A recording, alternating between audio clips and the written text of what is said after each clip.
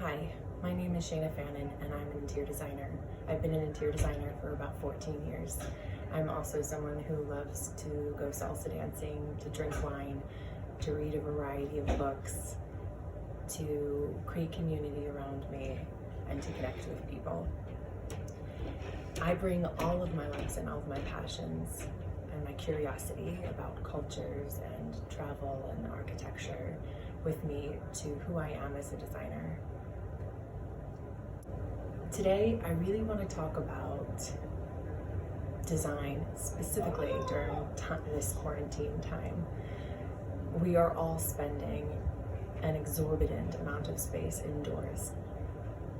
It's a large contrast to how much time we used to spend or are used to spending in our homes. And I think this is shining a spotlight on the things in our space that may be working and maybe not working. And so I really want to dive into how do you make your space work best for you? I think this is a time when we can take a few minutes and clean up, see what's working in our spaces, and understand that clutter affects our mental health. It stresses us out. And I think this is also a moment to clarify what's important in our home. What can be, when we go through this idea of clarifying our space, what isn't working? Can it be sold? Can it be donated? And what's meant for the trash man? As we dive into what it means to clarify your space, if we consider that our home is our vision board, it is a reflection of where we see ourselves going and who we see ourselves as right now in this moment. And if you looked at your space that way, as if it were a vision board, what would you change? What could you change? Are there pieces in your home that can be refinished, repurposed, or can they be repurposed for someone else? Can you take this time working from home and give yourself a really beautiful project and repaint and refinish a piece? Even more than that, I think it's really important to talk about what is it in our lives that we see happening for ourselves in the next year, in the next 3 years, in the next 5 years. And obviously with this pandemic, we've learned that our plans don't always happen the way that we plan them. Things change, events happen. But I think it's always good to have a purpose in mind, a destination.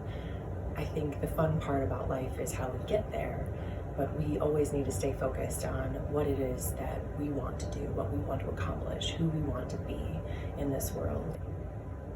If we open our eyes to a space every day that isn't working, it's not creating harmony in our life, harmony between our goals and between who we are right now. And I think it's really an opportunity for us to take a look and say, where is there not harmony in my life? Is there harmony between me and my space?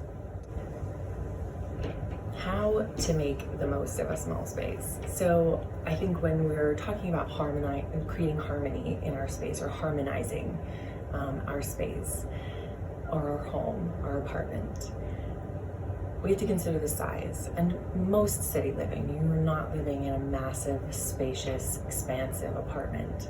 If you are, that's wonderful, and that gives you so much to play with and to work with.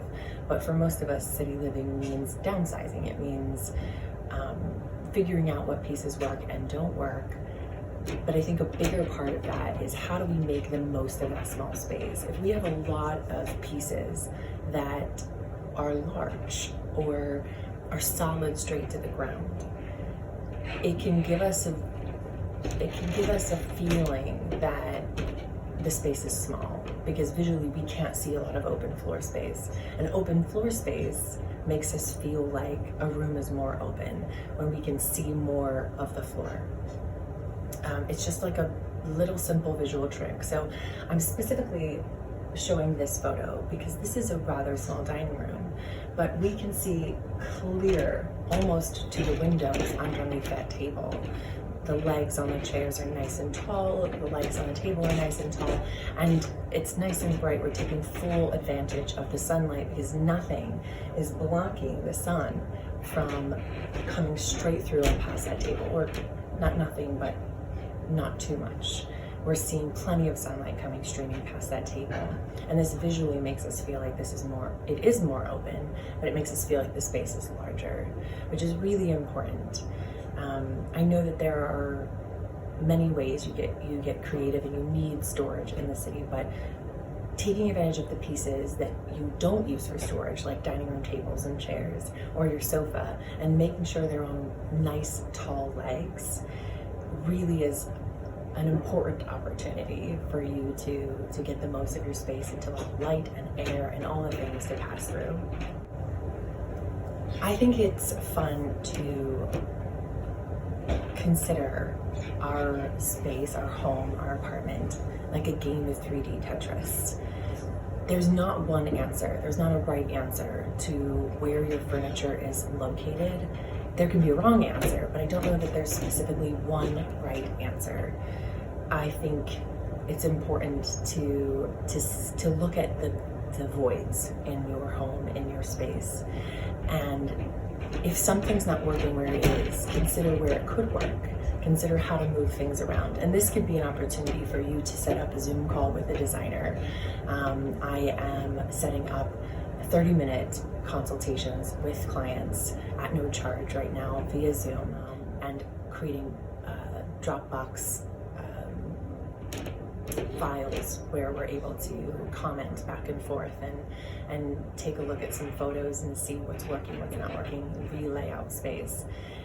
It's a really fun and engaging way when we can't be in person. It allows us to look at the space together and talk through it.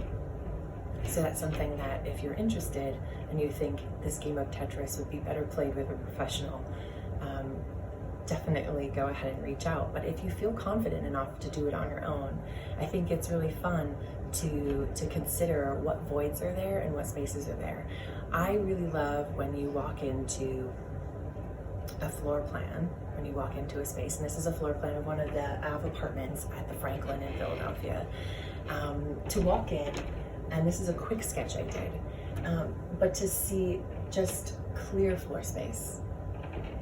And you could walk through here. You can walk through and past this wall here, and you see that there's nothing obstructing you walking through. You're not bumping into anything. You're not feeling cluttered. In providing an opportunity for you to come in and be able to put your keys or whatever things you need to put down, but instead of putting something here and making that block your walking path and forcing you to kind of go around it, it's nice to kind of put here instead and create just open walkway.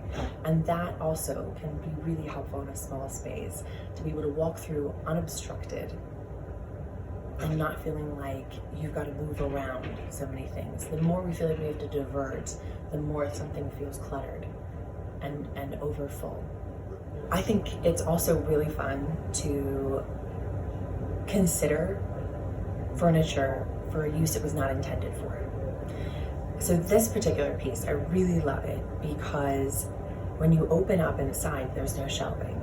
And initially you might think, well, that's going to limit my use for it. But I think that actually opens up your use. You could possibly use this in an office area. If we go back to this floor plan, I set this little area up as like an office area. But what if we put a piece like this here? And you're able to put baskets that you could slide out.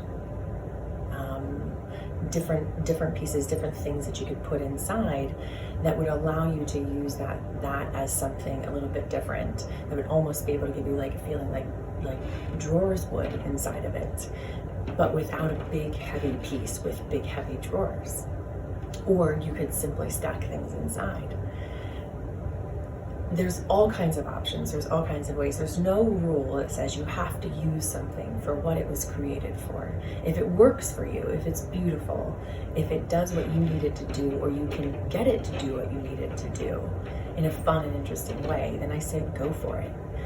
This is an absolutely exquisite piece, and I just love these details. And it also is a really eye-catching and beautiful thing, so that you can have this office area. You can hide the things you want to hide and the things that are unattractive that are in an office, but you can still have this really gorgeous focal point. Because when we look back at, so looking back at this floor plan, when you come around and you come in, you catch this view, or you could catch a view of this really beautiful piece if it's really beautiful.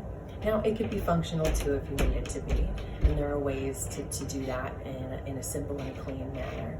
But if you can, a piece like this would allow you the opportunity to hide the things that you don't want people to see, but allow them to see a beautiful piece of furniture instead.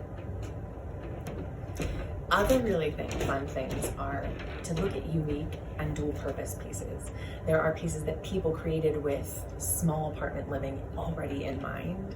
And this is a piece that was made, I believe, in the 1970s. And it's really cool because when it's closed, you have this piece and you have it on legs, and it's even on casters, so it can be rolled around, and it could be maybe used as a drink cart on top. You could put a tray on there and use it as a drink cart. It's on casters, so we could move it around, and it has this convenient little handle. But when it's open, you have these drawers and these opportunities. Again, maybe you have, some documents that you need to store, but you have other small items that you need to store away for your office, or it could even be like a lingerie cabinet or some other interesting piece. There's any endless number of reasons that you could use or need this piece. And I think it's fun to play with it and see how it could work for you when you find a unique piece, or to look for a unique piece that might work for you and do something really fun and interesting. And be a conversation piece. It really is something that you don't see a piece like this every day in someone's home, and to be able to have that conversation about it, I think is really interesting. And I'm sure a piece like this has lots of history and an interesting story that goes with it. My dog is here, and she desperately wants me to pet her and hang out with her, so forgive me for the interruption. But in wrapping up, I think we're all experiencing this time. None of us have ever been quarantined like this before. The last time there was a pandemic like this, I think it was 1918. And I think it's a unique time where we can take a look at our lives, take a look at what's working for us, and really see if our space is working for us, how we can make it work better for us, and take advantage of all the storage we have, or unique ways of creating storage in our spaces. I would love to stay connected with you. Please follow me on Instagram, like us on Facebook, and if you want to stay connected, please email me and/or visit my website at shanafannondesignco.com. Thank you so much for your time, and I'm looking forward to a time when all of us can just have a glass of wine, relax, and spend a little time outdoors.